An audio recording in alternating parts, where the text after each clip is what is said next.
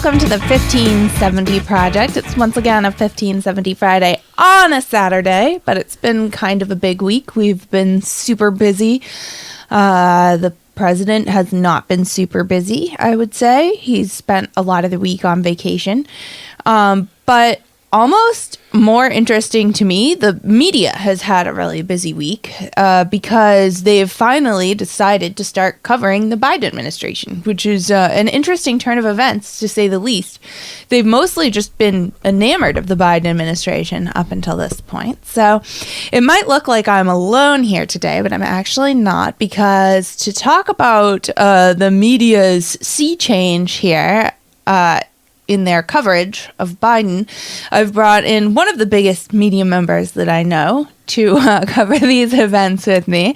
So I would like to introduce you all to my surprise guest, who I've, after a lot of begging, finally allowed to come on the 1570 Project with me. My husband, Tom Shattuck, major media member. So, wait, now you said biggest media member at first, which allows the possibility that you meant from pound for pound, Alice, which you didn't think of, obviously.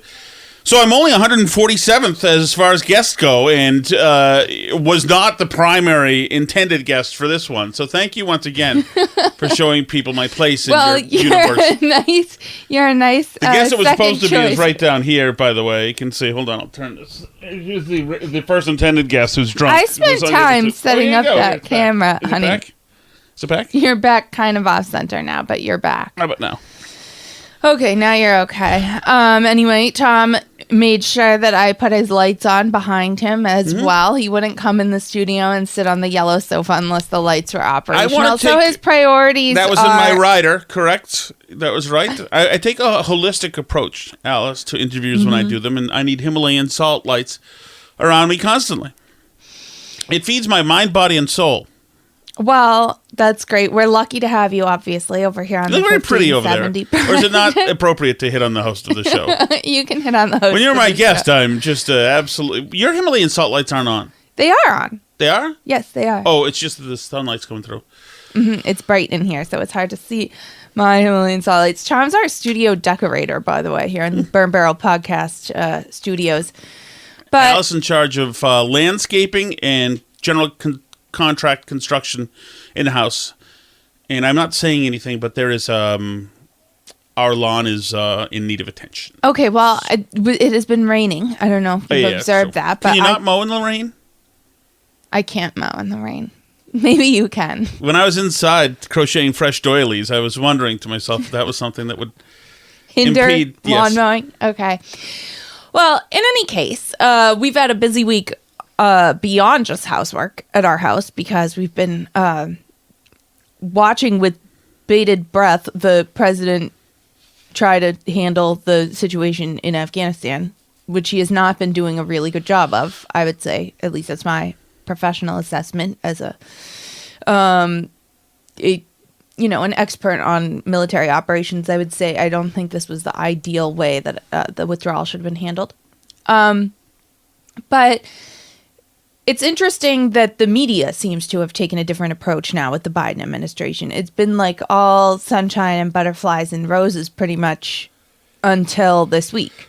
So what do you think the factor was that tipped them over the edge into this, to the Biden administration, it must feel hostile what's happening right now with the media?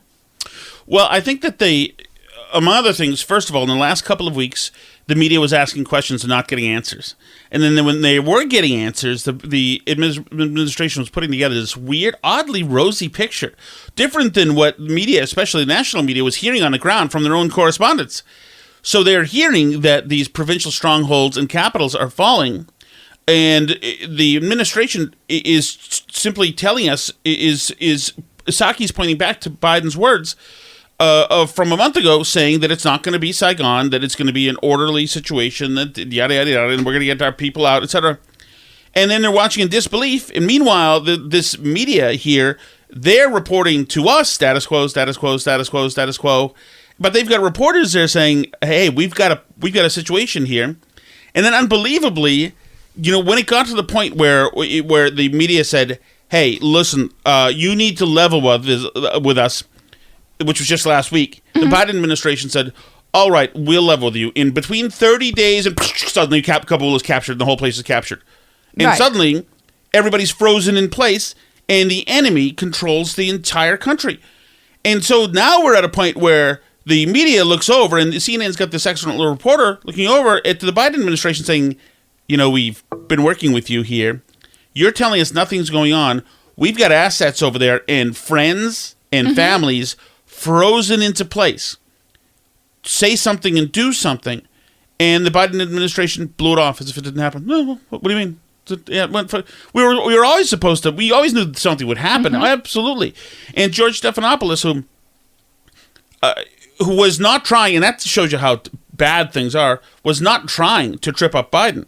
Right. Just let Biden answer. And Biden said, everything went as planned. Absolutely. You always expected something. Meanwhile, a month ago, he said that this would never happen. We would not get a Saigon moment, he said a month ago. And for us to now have a Saigon moment, that's just a photo op. That was the small stuff, as grisly and awful as it was. Well, yeah, that was last weekend's news, was that we were having a Saigon moment at the embassy. We were evacuating the embassy by helicopter, which they told us absolutely was fine. We always evacuate our Kabul embassy by helicopter. Duh. City's not safe to drive through, obviously. Everybody knows that. But also, Alice, with the Saigon moment, fine. You've got that final photo op of the chopper moving off of the embassy. Then you've got the Navy pushing helicopters off of the flight deck so the planes can come in. And then, a nation got to look inward and try to move on here while the Khmer Rouge went and destroyed people and killed millions of people, etc. And while all the other fallout had. In this situation, this is untenable. I've never seen this ever before in my life, because now the second half of the second shoe to drop here, which is the humanitarian, horrific humanitarian murderous rampage that could happen at any time, is we're waiting on it. It could happen at any time now. And we've never had to do this. Never before has America been put in a position where we're in this purgatory where at any moment we could watch executions. And we've had one-offs with Nick Berg and Pete Foley and people who have been executed by terrorists. But what we've got now is, unbelievably, we have a hostage situation involving at least 20,000 Americans, including troops. At least. That's not including Afghans. Right. We've got a situation here that could be unlike anything we've seen. If you think, and there's only, in our lifetimes, there's the TWA, and you don't even remember this, the TWA hijacking where they killed some people on board. And this is the 80s, the Clean Hopper thing with where they pushed an American overboard, shot him and pushed him overboard. But very rarely do you have situations where you live on edge like this. And the Chilean miners could die, and now we've got this situation where we've got thousands of Americans at the mercy of the most murderous people on earth, and it's a uniquely huge and volatile situation, and it is alone as far as something we're watching on TV. It's as if in 9/11, Bin Laden said, you have 20 minutes before we destroy the building, and we're suspended, and oh my goodness, they're going to destroy it. Right, and it seems as though we're in suspense watching this happen, but the Biden administration doesn't seem to be watching the same movie that the rest of us are watching here. That's totally right. They're right. tuned to a totally different channel and doing something completely different. He came out and gave a COVID press briefing on Wednesday and took no questions, as though nothing was happening. Yesterday, Alice, he gave a victory speech.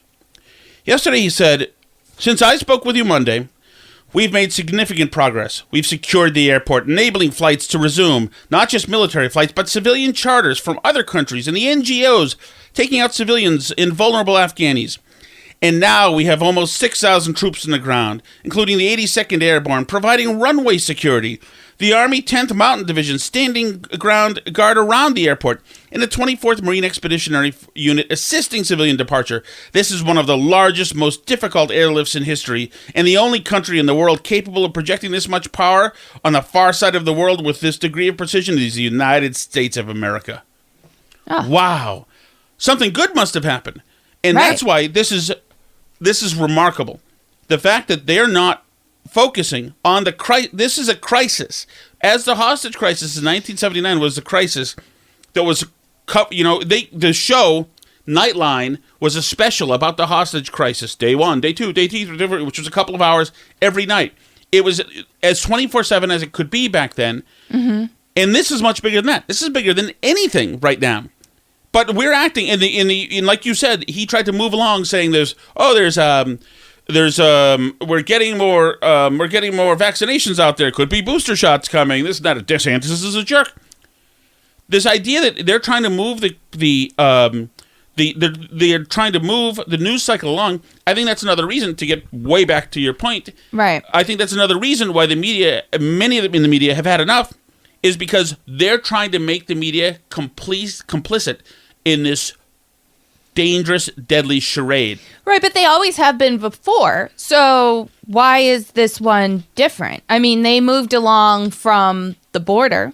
There's still 20,000 kids in Border Patrol facilities right now. Like, they moved along from that. They moved along from lots of things. But many in the media ideologically believe that the people in the border should be in the United States.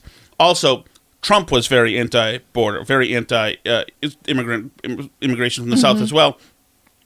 We're talking here about legitimate, large-scale mass murder. Right. I mean, the mass murder hasn't happened yet, but it's about to, probably. Right. And that's the thing, and it's uncomfortable, but it's insane for the administration to not...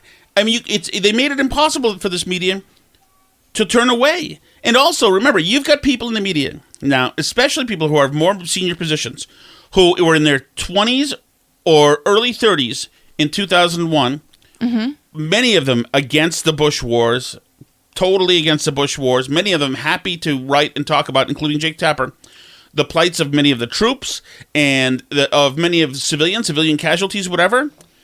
And now they've put their stock in trade in that. Their important work, their tome was that, about the humanity. And now they're put in a position where Biden's compelling them to turn aside, look away from the humanity and do some new messaging for us. We need you. And I think these people need to sleep at night too. Right. So, I mean, Jake Tapper is a good example because, and this was a week ago that Tapper started to push back on this, because it was last Sunday he had on Blinken, and he said, essentially, you told me this wasn't going to fall from a Friday to a Monday, and it's Sunday now, and Kabul is falling right now as we speak. And he said, essentially, like, you guys were wrong. And, Blinken sat there and made a bunch of excuses and tried to tell him how it was different from Saigon, and they knew it was going to fall and it's totally fine and everything's going great. But Tapper really was not having it. So now that was 6 days ago now, and the administration is still trying to tell the media that nothing's happening here that they need to be reporting on. No, it's remarkable. It's remarkable. It's like after 9/11 for the Biden administration, let's say it's September 12th, Biden administration to hold an emergency address to the American people and step over mentioning the Twin Towers getting hit by planes and simply saying, by the way, this is the biggest single first responder effort we've ever seen. We've got, this many cops, this many FDNY in the area. We're using this many Coast Guard to help supplement. We're using this many. Only a great nation could do this. And you'd be like, what? Wait a second. The news is we got slammed by the buildings. It's like that's the problem, and the fact that and that's why it's remarkable. And so that it's insane here that and also here's another thing else. Where's all the photo ops of the Situation Room now? Well, there's nobody in the Situation Room, seemingly, because Biden has gone on vacation. Kamala's in Southeast Asia. There's nothing going on. Nobody is running this show. Well, totally. But if you're somebody who's working on the city desk at CNN, you're saying, tell me they supplied photos for us or at least some B-roll of stuff going on in the Situation Room. Tell me they gave us something on this story. Well, Kamala tweeted one picture of them on Wednesday sitting together. Well, that's fine, but you're as especially for the weekend crew, you're expecting copy from these people, especially if there's a crisis, and you're getting nothing from them because the administration is making pretend that it didn't happen. So they're like, "Oh, okay, what is going on here exactly?" And I think some of the old hands, and I'll put Tapper in there with them, are saying, Okay, guys, it's time for us, whether we like to or not, it's time for us to do a little journalism here, because we've got a situation. And also, another thing is that I think that some of them are seeing opportunity, saying, well, we are really being lied to, misled. The Millie and Austin, neither of them can keep a poker face here. So they're saying somebody has... Lloyd Austin is starting to leak stuff. He's starting to CYA. So he was on a call after Biden's press conference yesterday where he was talking to people in Congress, and he said, yeah, we are too hearing that people are getting beat up on their way to try and get to the airport. We're hearing that people can't get there. What did you say before we got on else? Right, that's what you're getting to. And now the embassy just put out a statement this morning saying, actually, don't come to the airport. It's not safe for you to come to the airport. Meanwhile, Biden stood up and with a straight face said to reporters yesterday in his press conference before he vanished for the weekend, he said that they haven't heard of anybody having any trouble getting to the airport. They have heard no such thing, and that's not a thing that's happening. This is incredible. It's not safe for you to travel to the airport to escape. And we're not going to help you. And we're not going to get you, so stay in your homes while the people who will kill you or harm you or stop you if you try to get to the airport have total control. They have total agency over you. They have an agency over running water, over electricity, over your internet, over your health care if you need some. These savages are in charge now. Mm-hmm. And we have no recourse for them, and we're not going to go in. We're not going to do this. We're not going to do. Meanwhile, the British and the French are looking like bleeping heroes here, but burning in and out of the airport into the city, saving their people. Somehow we just can't. And so this is another thing, is that Biden also said that he had heard absolutely no criticism from our allies and of our credibility, and that it was the opposite, and everybody loves how we're handling this. And in the meantime, The Guardian now, so now we're moving on to foreign outlets that are reporting on this now. The Guardian is reporting, and this would have been if this happened in Trump. I know that this is like the trite thing to say if this happened in Trump, but if this happened in Trump, this would be impeachment already. The Congress would have convened over the weekend. The Guardian is reporting that the U.S., in their readout of Biden's phone call with Macron, that the United States omitted criticisms of Biden that Macron made in the call. That Biden said that we need to take moral responsibility and get people out, and that the United States has a responsibility here that we're not living up to. And it's in the French readout of the call from the French government, but it's not in the U.S. readout of the call from the U.S. government. It doesn't sound like la transparency to me. I'm not sure. I would say that that's a pretty big problem. And for Biden now to have gone out and said that he's heard no criticism of the United States from our allies, I mean, you can say he just hasn't watched the news, so he doesn't know that Parliament held him in contempt, or that, that all these news reports are coming out that our allies are rip bleep at us. But he was on a call with Macron where Macron criticized him, so he knows. He knows, and the White House didn't put that in the transcript of the call. That's incredible. That's a sign of end of days. That's what that is. When you're scrubbing communiques for what the efficaciousness of it's not efficaciousness for the to please their immediate command structure, to please the commander in chief. Meanwhile, you know that the rest of the world can see, but simply you're just giving him the salve that he needs. That's not the sign of an administration on the rise. That is the sign of the administration in bad descent, in a free fall, really. If they're doing that to assuage him, that's like people, and I'm not going to use the Hitler stuff, telling Hitler in August of 1945 that things are going well, that the new Hitler Youth Squad has pushed the Russians back. It's like, go ahead, tell them that. Just it'll give us 10 minutes to at least pack up. Well, and there are some reports, people are saying that unnamed sources out of the White House are saying that the White House actually thinks right now that the worse this situation in Kabul gets, the more it reinforces that the president was making the right decision to get us out of Afghanistan. So there are still some people in the more like partisan hack parts of the media that are trying to make this about Biden's moral courage getting us out of Afghanistan, and that the media are just all big warmongering hawks that are actually secretly big conservatives tell you. that are going after him, and that actually they're just attacking him because he's the first president strong enough to stand against the military-industrial complex and get us out of Afghanistan. That is some kind of 8-way bank shot, if they think that this is going to make people take a neutral and sober look at the entire war. Maybe that's why he keeps telling the entire comprehensive story of how we got here, which is how you know that somebody's wasting time and spinning tires. But, I mean, that's obviously crazy. This is nuts. This is an abdication of duty. The guy's not around. The administration is not around. It's almost as if they've quit. We're in a crisis situation. So they've stopped. Here's the situation. The only thing we have going for us right now, I believe, is that we have thrown the Taliban such a curveball in our complete incompetence and cluelessness, is that possibly it's such an embarrassment of riches that they don't know how to adequately scale up right now and take full advantage.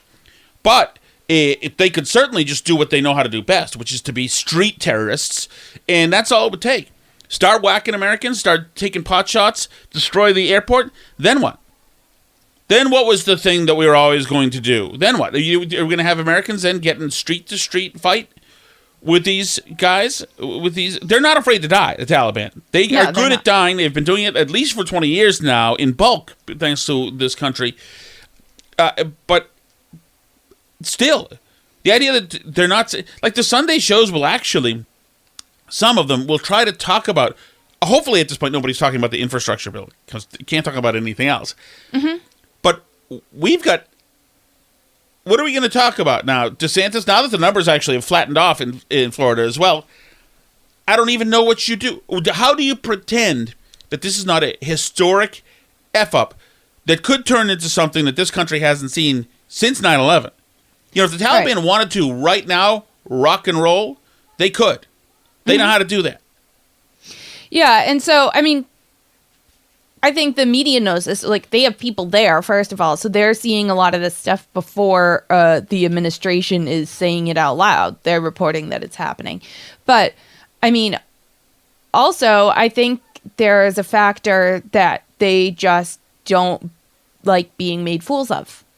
And I think that they feel like they're being made fools of right now. I think that Jake Tapper was mad at Anthony Blinken this past weekend because, you know, they had sat here and had these people on. Jake Tapper made a big show of how he wasn't going to have on election liars because he wasn't going to have on lying liars on his show.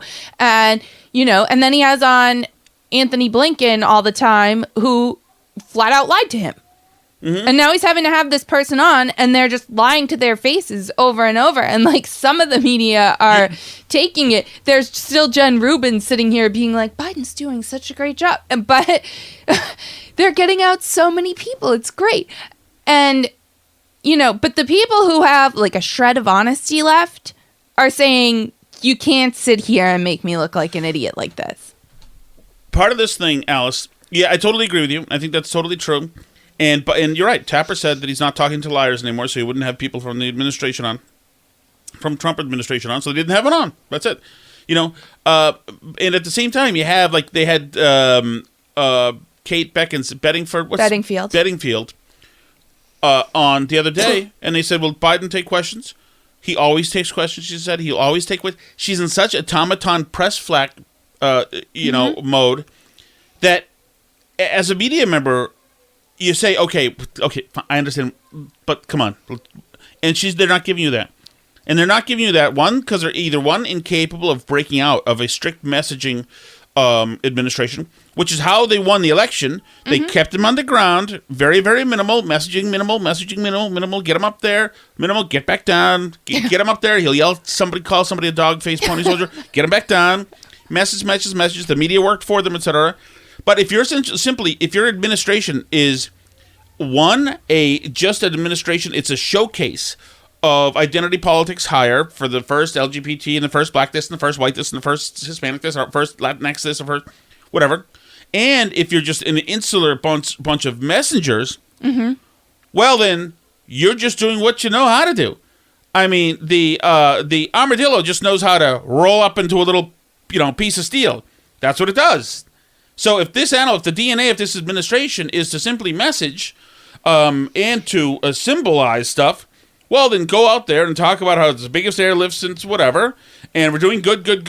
We're on to Cleveland. What do you want? A forever war? You just want a forever war. We can't stay there forever. How many more generations have to die in Afghanistan? We're on to vaccines. But it's interesting because so clearly at this where Biden finally took questions on Friday, Biden had the list of people he was supposed to call on in front of him, which already is weird. Already that requires the press to be looking away because, Trump held a lot of press conferences during the COVID days, and a lot of them were crazy and not helpful to him, but he always took questions and spoke off the cuff and called on people who were asking questions that he hadn't prepped, right? That's what you if Trump had been looking down at a little piece of paper and going, okay, so the AP, Zeke Miller. Where's Zeke Miller? Anybody? Okay, there he is. All right, okay, question. Like, that's already asking the press to cover for you the fact that is even happening right there. So let me say something about that. There is a legitimate reason why you would have people come. You would call on people in a row in an order for news organizations that you would do. You wouldn't do it in this one. You don't do it for the sake of transparency or credibility because that plays against it. But you would do it in a sense where you would want the reporters to be ready, to be looking for a boom mic or to be ready to go up to a mic. It's where you would want them to know. Just logistics reasons. Yes, you would want them to know that they're next, to get your question ready next, etc. And also you'd be, you want to spread the wealth around as well. There's a little bit of that. So like I've been in situations where I have had to go tell my question, do this, and then take my seat, and then the guy comes over and they'll ask again. There's a little bit to that. But if it looks to people who aren't in media like you're simply approving the question, saying this one's easy. All right, Yamiche, you're good. That's fine. And, all right, Jonathan Karl, that's fine. Well, also, in Biden's case, at least, it looks like he doesn't know who the people are or what organizations they work for because he looks up and looks for the person and doesn't know who he's looking for. Whereas Trump would be like, yeah, you over there. Right. He'd be like, blockhead, go ahead. Yeah, but I think that's a good point. They've pushed themselves into that position by trying to contrast with Trump. But Biden, of course, he's a guy who knows names. He'll buy you an ice cream, So I think they've forced that on themselves. But in this situation, you would want full transparency. In this situation, you've got new eyes on these pressers now. And if they're hearing that they're vetting the questions in the crowd, it's like, wait a second. But it didn't really help. The NPR guy still landed a punch. It didn't...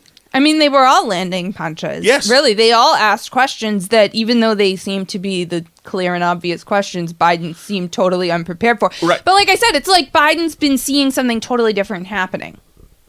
Yes. Biden's seen a successful airlift operation happening, and the rest of us are watching a bunch of people trapped in a city with a bunch of terrorists running it. Yes, Alice, the situation is here. The explosive situation is right here. But the Team Biden is circling the wagons on an island that's over here. That's not even in the picture. It's like that's light years away from even the subject matter. Yeah, they're like, well, I know that you guys didn't really want to withdraw from Afghanistan, but it's really important that this is actually where we need to be as a country right now. Like, people are like, but there's something happening in Kabul in case you didn't notice. And they're like, well, what do you want, a forever war? Remember, it's the two things I was looking for when somebody's, usually it's an elected person or a greasy flack, I look for is one, the throwaway premise. Well, they'll throw a premise out there and you expect it to accept it, but it's usually that premise is the poison that should be deconstructed and thrown out right away. And the other thing are the throwaway disclaimers. We're not going to get into the AAFs right now. We're not going to talk about what went wrong right now. Right now, we're going to talk about. We're not going to talk about the AAFs. We're not going to talk about the after action reports right now. ARs. Yeah, Biden did that too. There'll be plenty of time to talk about what we could have done better. Right, and that's his throwaway. So you're just the way he says it is so persuasive. You're like, oh, I guess there'll be plenty of time to talk. Right? I guess no. F you is the answer to that. Well, we talk about that now. Right now, Millie, we talk about that. That's the issue. The issue is what the F did you idiots do. The issue, issue isn't even what could they have done better. I mean, even though it's tempting, and I personally happen to agree, like, I don't think Trump would have let this get to this point, just purely out of self-preservation and optics. Like, Trump has better media sense than that. Mm-hmm. But that being said, like, you know, you can say this isn't the time to analyze what we could have done better, but this sure is the time to be thinking about what you need to do to get the people out of there. And it doesn't seem like they have answers on that. Do you know what I mean? Like, what the media is asking him right now isn't what could you have done better. What the media is asking him is, how are you going to get the people out that are trapped, that can't get to the airport? And he's saying nobody can't get to the airport. That's not a thing. Right, which is unbelievable. And then you have somebody else say, hey, by the way, we've gotten over 5,000 people out already. It's like, yeah, it's not. The story isn't you got 5,000 people out. The story is there's 17,000 people in. Right. And just think of all the people who weren't massacred. Not only that. 9/11 wasn't all the buildings left standing.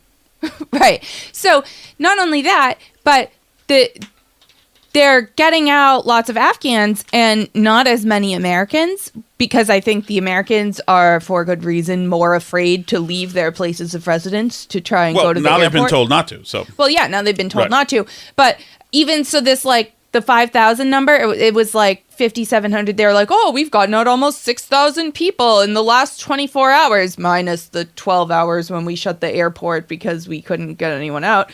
But then they're going, okay, we got out almost 6,000 people, including almost 200 Americans. Oh, including almost what Americans? Including 200 Americans? So you got a bunch of people out, but they were almost entirely Afghans. And I also read an interesting piece in National Review that was saying that the SIV program has been dramatically expanded over the years, that it used to be like interpreters and the people who would, quote, take a bullet and went with our troops and everything else. But now it includes, like, anybody who, like, made deliveries to the embassy. Well, I've also heard that they sent out this blank application, essentially, emailed it to everybody, and just everybody printed it out, and everybody had this blank application. And so there's thousands more. But, I mean... I think that... And Biden was trying to thread this needle, because I think there's a lot of people pressuring him to say that he's going to commit to get our allies out. But there's also... he also needs to make sure that he's prioritizing getting out Americans, which I don't think is happening right now. And, like, you know, I like the pictures of the Marines holding the Afghan babies as much as anybody. I get it. Like, that's a great photo op, and it makes everybody feel good. And yes, our troops are, like, the best, goodest people in the world. But, like, are we getting out Americans, or are we only getting out random Afghan people who filled out a blank form? Well, here's the thing, Alice, that you asked that question, but at the same time, we have no answers as to how many Americans are in country, where they are, if they've tried to leave, if they want to leave. What does the Department of State do all day? What are all these people? What are they? If the military doesn't do war stuff, and the State Department doesn't do Department of State stuff, including Americans overseas and making sure that embassies and consulates are used as a conduit for these folks, then does anybody do anything anymore? What do we do then? I don't know. How are you supposed to have faith in any of this stuff? Well, right. And I think that that's kind of what's happening in the media right now. And, you know, even though Nicole Wallace is saying that the problem is that 95% of, you know, Washington elites want to stay in Afghanistan forever, and that's why they're suddenly being mean to Biden. I don't think that's what it is. I think that there's legitimately, I think it was a CBS show said this morning, a disconnect between the way Biden's describing the situation and what they're literally seeing with their own eyes on the ground. I mean, how long can this sustain? The Biden administration seems to think this is going to blow over, but I don't think the press is going to let go of this bone at this point. No, and the more that the Taliban watches TV too. Right. And the more they're seeing that... I mean, they're on Twitter. Right, and the more they're seeing that the United States has no recourse, that they have all the leverage, they have all the power and control, they can toy with us in Daho, as Biden says, all they want to. But if you're the Taliban, why wouldn't you, and maybe they already are, why wouldn't you tweak a little bit, make the administration feel a little bit of pain in front of the American people? Of course you would. You'd want to destroy Resolve to the point before you build Resolve, of course. So there's a way to do it, I think. But there's no. We're completely. The Americans here are completely flaccid. We're just lying there. We've got no recourse. Somehow we've entered a deal with the Taliban that they're going to facilitate our entry into the airport, just the same way they're going to facilitate security in the citizenry by taking the guns. They're going to facilitate our entry into the airport, which they're doing now by blocking off the airport. Right. But we're in a deal, so we don't want to ruin the deal, because if we ruin the deal, then they could just simply open up on us, destroy the airport, and all hell will break loose. So we have to take their bad deal, where we're essentially this dog on a leash, which is kind of a new thing for America to be in, or we have to blow it all up and go all in. And this administration is scared to do that, of course. We're scared to do anything. I mean, we're scared even to send out small contingents of troops into the city to get people, which our NATO allies have been doing. France, the UK, Germany have been sending people out into the city to get their citizens and bring them to the airport. So we're not even doing that. We don't want to have a Mogadishu moment, which is a bad extraction in 1992. That is, we've already had a Mogadishu moment because people are falling off the transport planes. Right. So if these idiots, and I don't know if the communication shop runs stuff, if it's Psaki or whoever's not working this week, I don't know what they think, but the time for photo ops to be any more damaging at this point, it's over. This is already a communications disaster, which is why the comms people should just be pushed aside of the conversation at this point, and you should be dealing. Although, I mean, I don't know who there is left. So who do you think is going to go on Sunday shows this weekend? I mean, because that's got to be all the producers of all these shows, State of the Union and Meet the Press or whatever, all the places that have Sunday shows. They're all now calling the administration trying to get somebody, right? Right. So this is what you do. If I'm the Biden administration this weekend. So the big guy's not available. Obviously, he's in Delaware. I would go full Hurricane Henri. I would be putting assets down there. I would be making sure that we're moving people from point A to point B. I would be hoping to goodness get the feds involved. Even if Biden has to get out there in a jumpsuit and a FEMA jacket, do whatever it takes. Get him up to Cape Cod to change the subject off of this. Hopefully that'll be wall-to-wall news. I mean, for my own station in Connecticut, I haven't told you this, that we're I may have to go down there, or we could go down there for Sunday to Monday. Oh, God, are you going to be on TV standing in the storm? Winds? Oh, no. I would love it. If they pay me, I'll be there naked. No, because the power could get knocked out there. It's funny, we're having an interesting conversation because, speaking of media, we're up in essentially Newburyport, Massachusetts, essentially. The radio station's down in Hartford, Connecticut. And so what's it, about 100 miles, is it? Or more? I have no clue, honestly. So anyway, it's like 2 hours away. It's 100 miles south, we'll say, of where we are right now. And so we're trying to decide what to do. So on the air tomorrow, most of the hosts will be talking about the hurricane, which is just a lot of filling, Well, they'll be talking about the hurricane if nothing big happens in Afghanistan. That's but actually, if it's local, they'll probably talk about the hurricane no matter what. And that's all the fresh news copy that'll come in.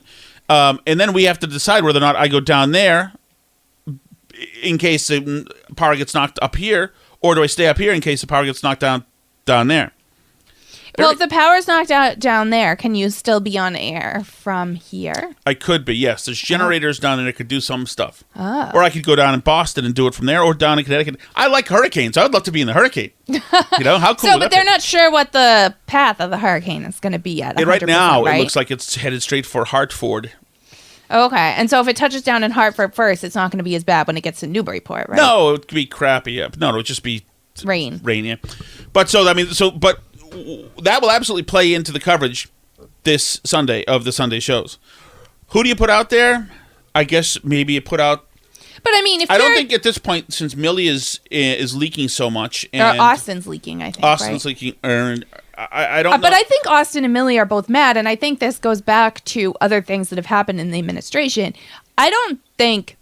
Okay, so I made fun of Millie in my song for his white rage stuff, but I don't think Millie necessarily is like a woke dude actually in his home life. And I think that these people are that they tried to go out here and they put themselves out here and they went to bat for the administration and got made fun of. I don't think Millie likes that there's memes of him with rainbow hair all over the whole internet, And he went out there and he took that hit and he became the face of the stupid woke military.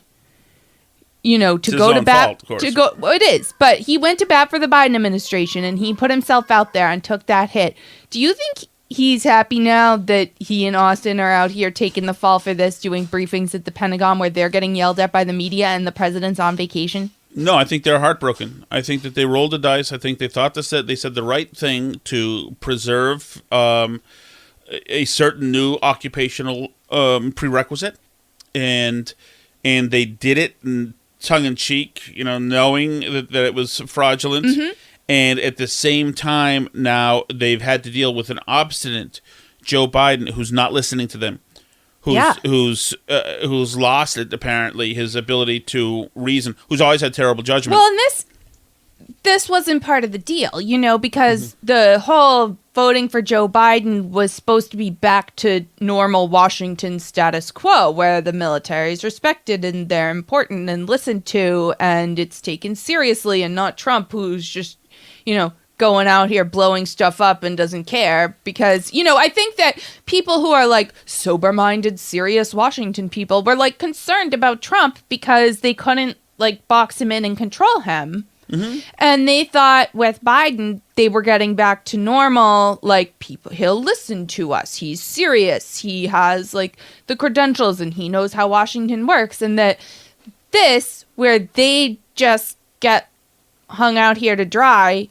for something that's still unfolding and they're not allowed to. The media is asking them, why don't you have Bagram? Why aren't you sending troops out to get American citizens who are trapped in this city? And they have no answers because they're not being allowed to do what they know has to be done to save Americans right now.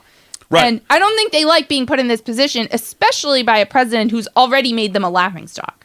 Right. And you've got almost nobody who is duplicating the president's messaging.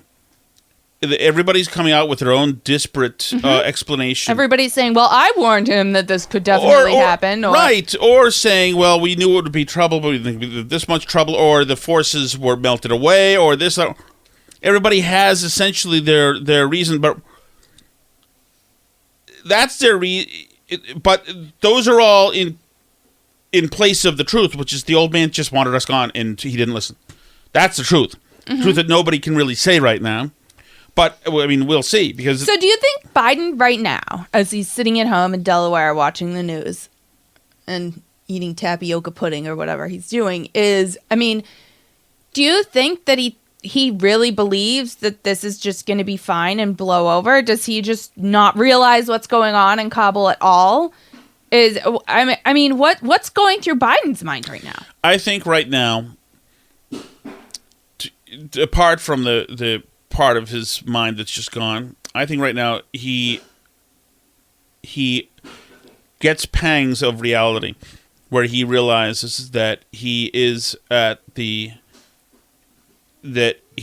author of one of the biggest blatant foreign policy cock-ups that has ever happened with this country, and that we are at the precipice of a disaster, deadly disaster.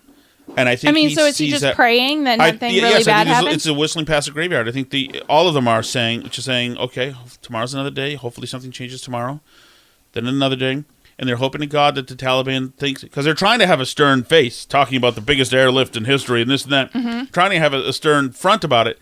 But they know that if the Taliban ever, and they're hoping it works, that the Taliban sees how stoic they are and says, wow, they must have, maybe we don't have all the leverage. Wow, they seem to be very serious, or they seem to be unshaken by all of this stuff.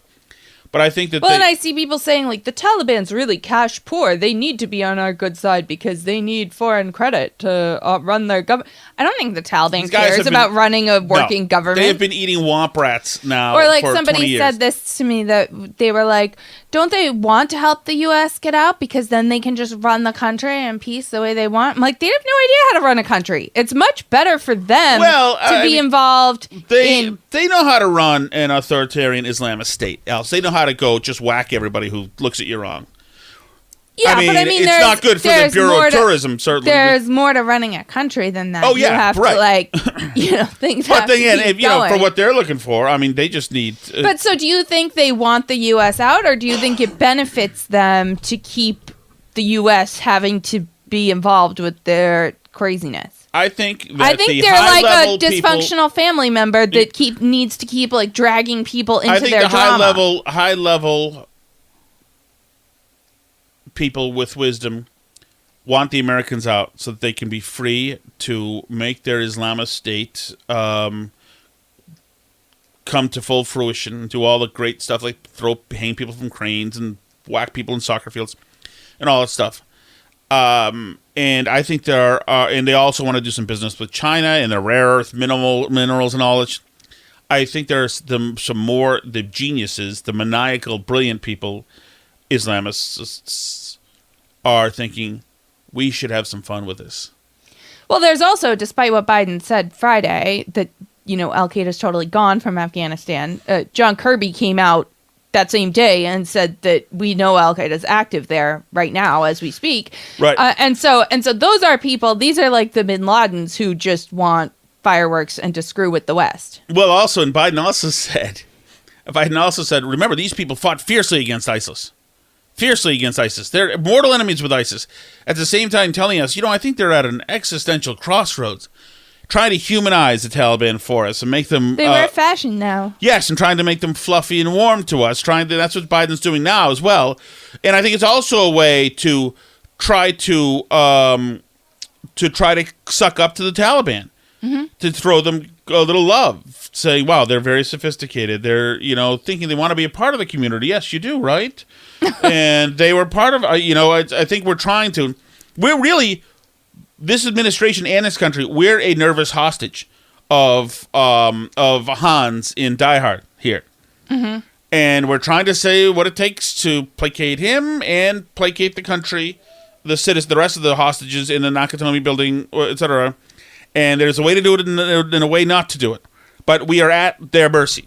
And unfortunately, I think they're not all stupid. You can already tell they're idiots, obviously, but many of them are much more advanced than they used to be. I mean, how could you not be? They're plugged into Facebook. Right. They use Facebook. They're as is with so many countries in the world, especially third world countries, the almost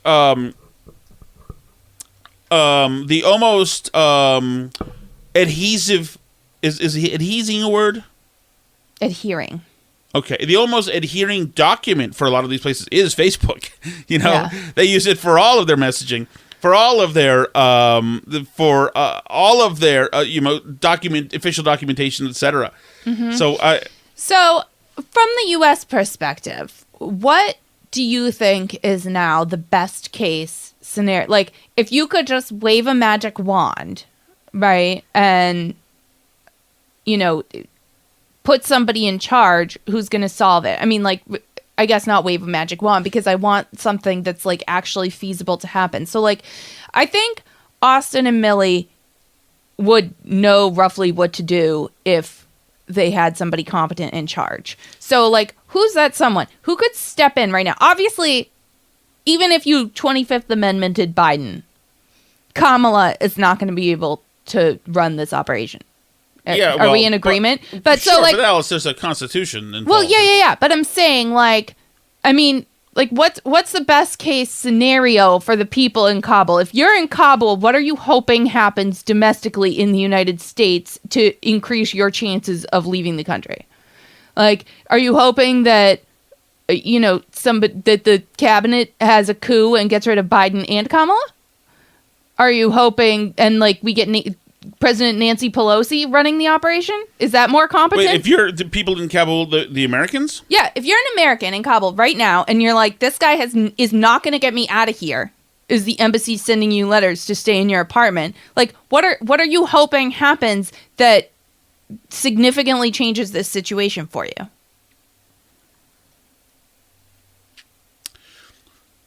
I think you're hoping that this administration, some adult somewhere, throws aside the PR efforting, the effort to try to spin this, whitewash this. But who is that? Is that Blinken? Is Blinken going to step up and say we're going to run? He's a theologian, Blinken. He's a true believer.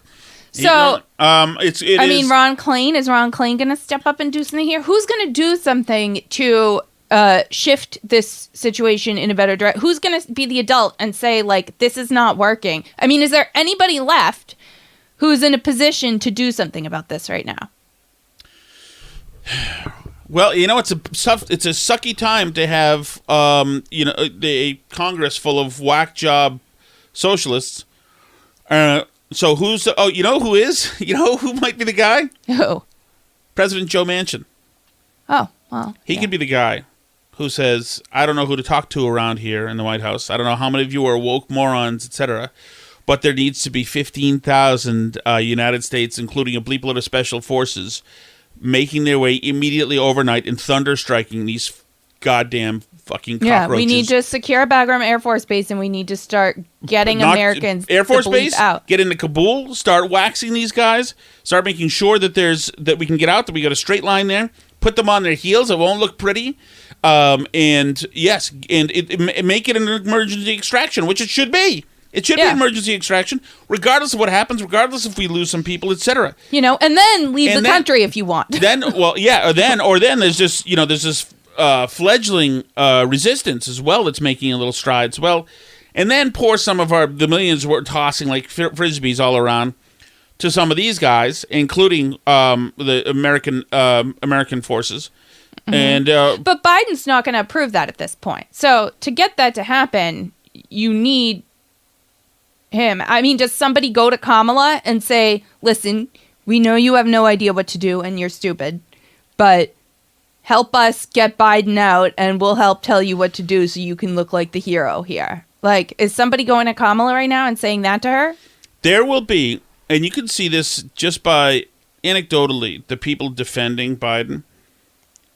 There is a new set of psychotic Americans who believe Biden's being treated unfairly, that people are foisting this problem, which is Trump's on him. And they're mostly never Trumpers. It's all like Jen Rubin and Nicole Wallace, and Sherry Jacobus claims that this is a booby trap that Trump set for Biden, which, like, I don't know how many levels just of look at how they're treating insanity. the press. They hate CNN now, these wackos. They hate their NPR for asking questions, like another gotcha question. How dare they do this? It's so unfair. It's like those people, I don't know, those are Democratic voters. And if you're going to rip away their presidency, I mean, what you got to have done is you have to have Biden have, for health reasons or whatever, for some knowable reason. Well, that's what they're going to say. If they do the 25th Amendment thing, but you have to think that people like Austin and Millie, why do I hear our door? But you have to think that people like Austin and Millie, and even Kamala and Blinken, like when they were standing behind Biden yesterday, they did not look pleased with how things were going.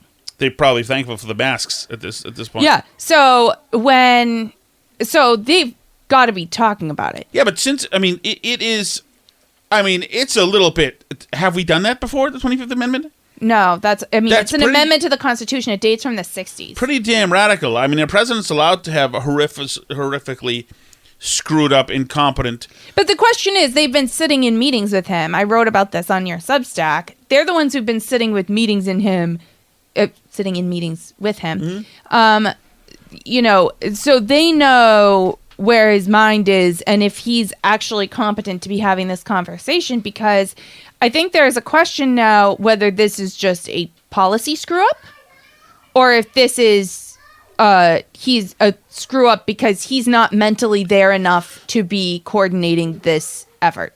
Right, and that, just going back to the deal with Macron and Boris Johnson and the fact that it took him all that time. Well, they're desperately trying to get a hold of him saying, what are you doing? We've got people in there, and he can't get back to them. The fact that yesterday he was 50 minutes late 15 minutes late, he's turning to Blinken saying, was that yesterday or the day before? He thought the planes thing was five days ago when it was 2 days ago.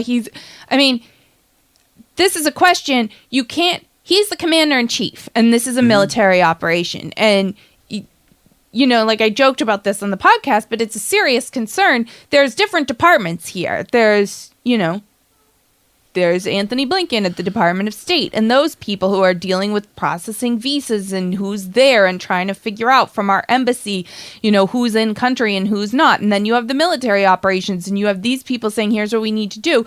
So you need somebody coordinating this effort from the executive branch who's in charge of what's going on, and that should be, with all rights, the president, correct? Sure, or the chief of staff. If the president's a dullard, then the chief of staff knows who's ass to kick and whatever. But it is telling that yesterday, not only, I was on the radio yesterday, and at 1:06, we started supposed to start at 1. I throw it at 12:58, whatever, to the news and the president. He's not there, still not there. Remember, I came down to watch a speech with you. Yeah. And I said to you, they're always late. He's always 10, 15 minutes late getting started. Right. No big deal. And sometimes they are always late. But generally, you're getting an indication. If they're not on at 1:06, which is when all the radios go, and not on at a certain time, then generally you get an indication. Somebody might come to the podium and say, by the way, POTUS will be down shortly. It's going to be 15 minutes. But I went all through. I stretched saying nothing from all the way till 29:50. And I'm like, oh, my God, this guy's still not coming.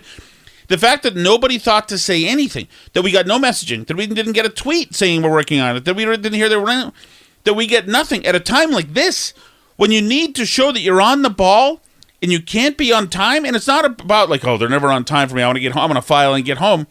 This is where is anybody communicating? Is anybody communicating? At some point on Twitter, we saw a bunch of people saying that they thought that it had been canceled. It's well, is somebody going to counter that? So that means that Klain told the press shop to be quiet. Everybody be quiet as we try to handle it. We try to put him out there the best we can. That means that they were crafting messaging much later than they thought, that they didn't think he was ready for a long, long time. That means that they were utterly unprepared whatsoever. And that is a nuance. To be unprepared at every single level, to have nobody there, that's just an indicator that if the communication shop doesn't know anything, and they're simply trying to pass content and or guidance, however flippant or minimal, to the press, and there's nothing to give them, then that tells you that there's no leadership from the top. If the communication shop is unable to communicate even nonsense or spammy things, then that means they've come to a grinding halt.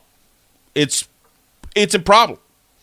Yeah, and I think that's what the media is seeing too, because I think the media would be willing to run cover if they were being given any material, but they're getting abandoned by the president's press office. They were out there waiting for 45 minutes too to give their questions and weren't getting any information. So right, well, that's not just their questions. Remember, they've got to talk back to the control room, and they've got to talk back to everybody else. The communication shops are familiar with broadcast and print, and they're familiar with all this stuff. So they work for you. They help you. They give you material you need. If you're in a video platform, they'll give you some video to use. If you're just audio, they'll give you MP3s, etc. They'll give you a backgrounder. They'll give you all sorts of copy because they want you to take it all, because essentially then you're just trumpeting them. Right. But they didn't have anything to give because they have nothing to say, because they don't know what to say, because because the administration at the top has flatlined. Right. So I guess we'll see what happens. I look forward to watching the news with you tomorrow, as we do on Sunday. Or tonight. I mean, who knows? Tonight. This is such an amazing time. I don't know. This is crazy. But, and thank you all for listening. We'll keep you guys posted with whatever we hear is happening, of course, as we go on here. But for now, we're going to go and enjoy our day with family, and I'm going to work on finishing our shed outside. And what are you going to do, Thomas, today? I'm glad you mentioned I was going to make a fun mural, I thought, of a sleepy meadow somewhere in the pantry. Great. That sounds like a plan. So I see you. So you can follow him at Tom Shattuck on Twitter. I am at Alice Shattuck. The show is the 1570 Project. We also appear together regularly on a show called the Burn Barrel Podcast, which you can follow on Twitter at Burn Barrel Pod or at burnbarrelpodcast.com. But in any case, enjoy your weekend. Try to as much as you can. Don't look at the news if you don't have to, because it's not pretty. And have fun in the hurricano. Yeah, enjoy your hurricane, and we will see you all tomorrow.